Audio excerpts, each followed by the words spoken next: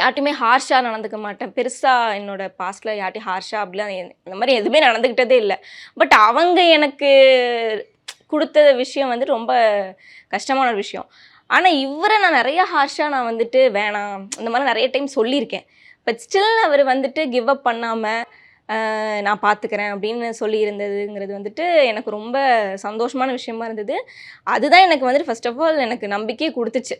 Okay, நல்லா தான் போகும் நம்ம லைஃபு, இதுதான் நம்ம லைஃப் போல அப்படின்ற ஒரு தாட் எனக்கு வந்துச்சு. யூஸ்வலாக வந்துட்டு சொல்லுவாங்க இந்த இந்த விட்டிலிகோ இஷ்யூ வந்துட்டு அது அவ்வளோ பெரிய கான் கிடையாது, பட் ரொம்ப ஸ்ட்ரெஸ் ஆகும் போது தான் அது வந்துட்டு ரொம்ப ஸ்ப்ரெட் ஆகும் அப்படின்னு சொல்லுவாங்க.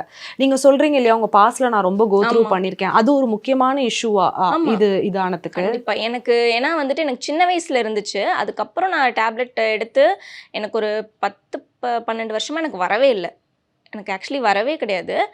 லட்சக்கணக்கான குடும்பங்கள், கோடிக்கணக்கான கனவுகள். தமிழ்நாடு அரசு ஒவ்வொரு குடும்பத்திடமும் கேட்கிறது, உங்க கனவை சொல்லுங்க. தமிழ்நாடு அரசின் வரலாற்று சிறப்புமிக்க முன்னெடுப்பு.